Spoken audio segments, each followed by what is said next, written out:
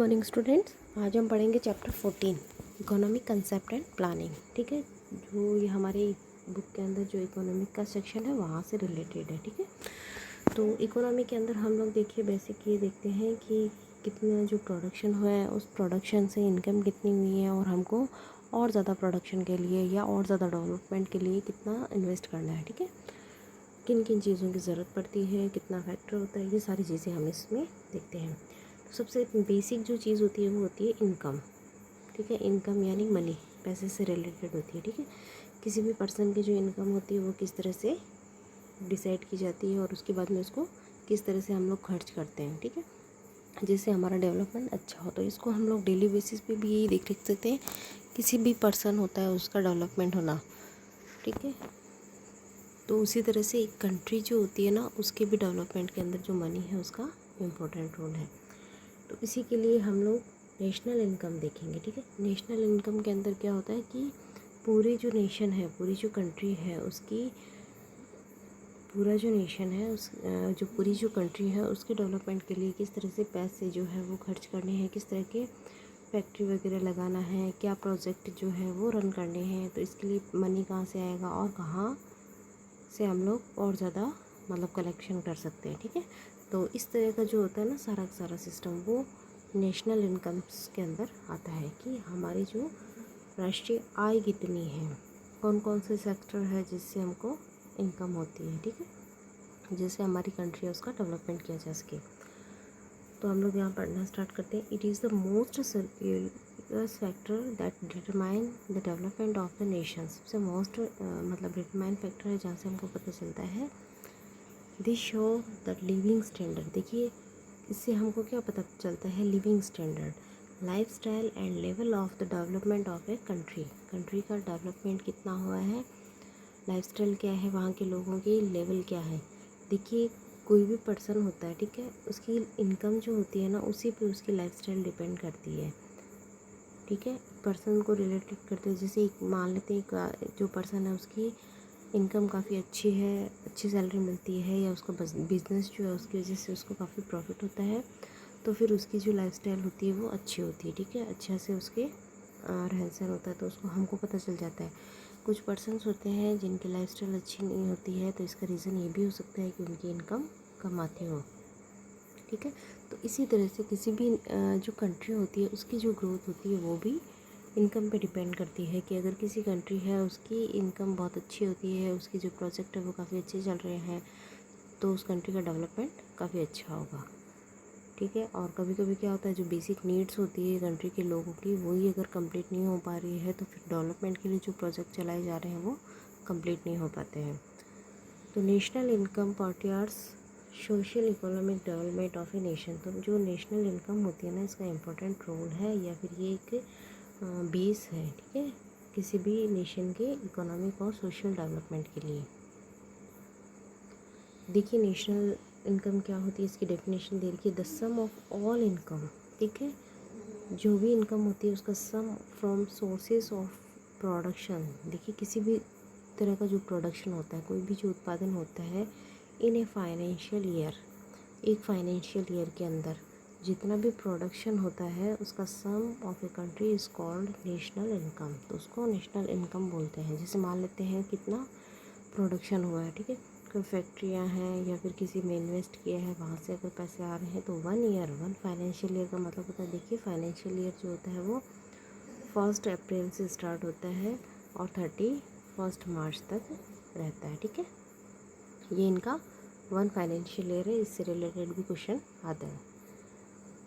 Next है, it is the total of all financial. देखिए एक और डेफिनेशन दे रखी है कि एक टोटल फाइनेंशियल और economic value of goods and service.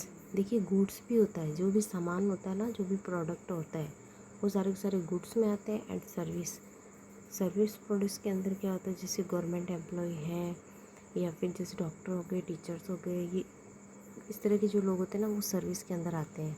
Product by the source in the financial year. तो एक फाइनेंशियल ईयर में सर्विस कितनी ली है लोगों ने। ठीक है, in it include all the means that involve in the production of goods and service. तो इसका मतलब क्या होता है, इसके अंदर ओनली गुड्स नहीं, मतलब प्रोडक्शन कितना हुआ, फैक्ट्रियों में कितना काम हुआ, या फिर प्रोजेक्ट कितने बने, यही सारा नहीं होता। सर्विसेज कितनी मिली, ठीक है, सेवाएं।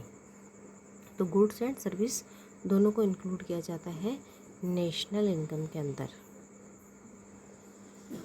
ठीक है। देखिए एक टर्म आता है जीडीपी, ठीक है।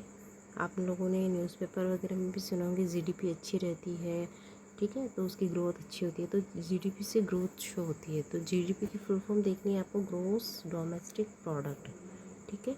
तो जो भी डोमेस्टिक मतलब हमारे यहाँ लोकल लेवल पे जो भी प्रोडक्ट बनते हैं ना, मतलब डोमेस्टिक का मतलब यहाँ फिर कंट्री लेवल का हो गया, ठीक है।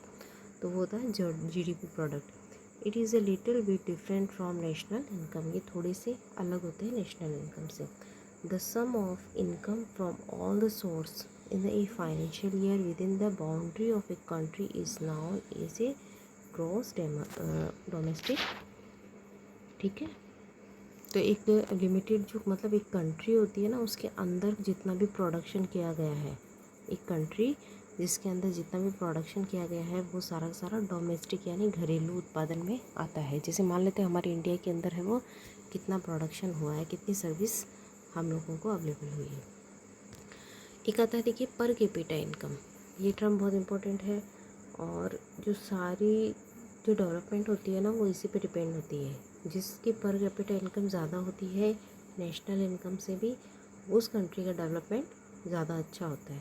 देखिए पर कैपिटा इनकम के अंदर क्या होता है, it is had to analyze, इसमें एनालाइज किसका किया जाता है, development of country just on the basis of national income, ठीक है। Status of country is estimated using per capita. देखिए कंट्री जो होती है ना उसका डेवलपमेंट नेशनल इनकम से पता चलता है, ठीक है, कि जिसकी नेशनल इनकम ज़्यादा होती है तो उससे कंट्री का।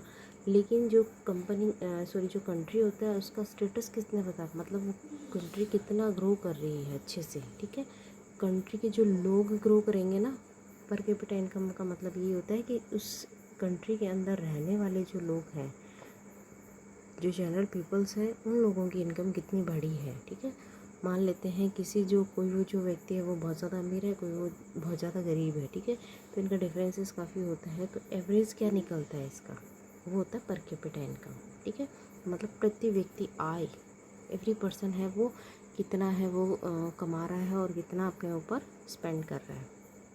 तो इससे किसी जो कंट्री होती है ना उसका स्टेटस पता चलता है कि जहाँ के लोगों की पर कैपिटा इनकम ज़्यादा होती है तो वो कंट्री जो होती है वो ज़्यादा डेवलपमेंट मानी जाती है। पर कैपिटा इनकम इज़, देखिए यहाँ पे इसकी डेफिनेशन दे रखी है, is the distribution of national income of a country और its population. Per capita income के अंदर क्या होता है, जो नेशनल इनकम होती है ना उसको डिवाइड कर दिया जाता है पॉपुलेशन के अकॉर्डिंग, ठीक है। तो इसको ना निकालने का जो एक फॉर्मूला भी है, ये भी आपको ध्यान में रखना है, एग्ज़ाम में आ सकता है। पर capita income equal national income divided by population, कि जितनी भी नेशनल इनकम होती है उसको उस कंट्री की पॉपुलेशन से डिवाइड कर देते हैं।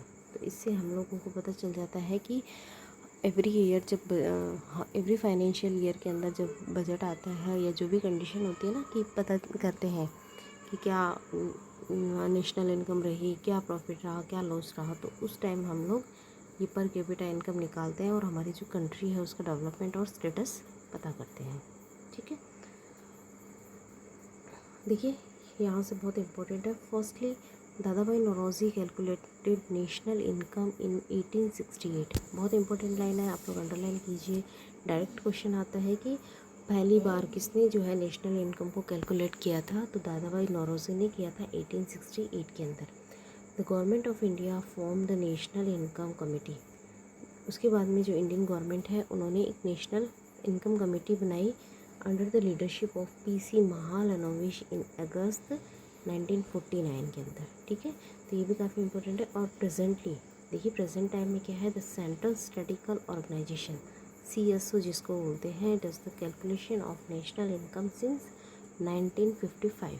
तो 1955 से ये जो CSO है ये कैलकुलेशन का वर्क करती है एवरी फाइनेंशियल ईयर के अंदर। और फाइनेंशियल ईयर आप लोगों ने देखा था 1 अप्रैल से लेके 31 मार्च तक होता है, इसको आप लोग ध्यान में रखना, ठीक है। नेक्स्ट है sector of economy. Based on the activities of the economy is divided into 3 sector. तो जिस तरह का जो वर्क किया जाता है उसके हिसाब से इसको 3 सेक्टर में डिवाइड किया जाता है, ठीक है। तो पहला होता है प्राइमरी सेक्टर, ये आप लोगों ने प्रीवियस क्लासेस में भी पढ़ा होगा। This sector is economy include primary activities, जिसके अंदर प्राइमरी एक्टिविटीज़ की जाती है लाइक क्रॉप प्रोडक्शन, जैसे फसल उत्पादन, ठीक है, एग्रीकल्चर से रिलेटेड है ये। और सिंपल वर्ड में इसको कह सकते हैं related with the production of raw material, ठीक है, जहाँ पे रॉ मटेरियल का प्रोडक्शन होता है। इस एग्जांपल हम लोग देखते हैं जैसे कॉटन होता है, ठीक है, तो कॉटन की क्रॉप होती है, तो इसके लिए उनको खेती की जाती है, ठीक है।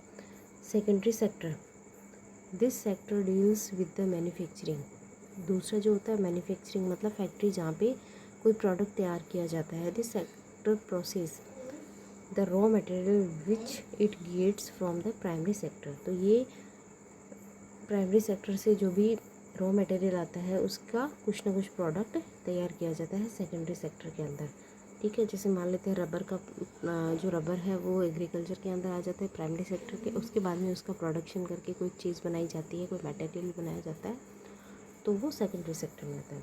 उसके बाद में आता है टर्शियरी सेक्टर, ये बहुत इंपॉर्टेंट होता है। This sector directly link with the services, ये मेनली सर्विस से रिलेटेड होता है। The help in manufacturing like transportation, telephonic communications, ठीक है, तो इनसे रिलेटेड होता है। It is called a service sector, इसलिए इसको सर्विस सेक्टर बोलते हैं। मतलब ये अपनी सेवाएं देते हैं, जैसे टेलीफोन करने के लिए कुछ किसी की ज़रूरत होती है तो वो पर्सन अपनी सर्विस दे रहा है, ठीक है। ट्रांसपोर्टेशन हो गया तो वो पर्सन जो व्हीकल से अपनी सर्विस दे रहा है, तो वो हो गया, ठीक है, थर्ड सेक्टर उसको बोलते हैं सर्विस सेक्टर, ठीक है। यहाँ तक हो गया। नेक्स्ट हम नेक्स्ट वीडियो में देखेंगे।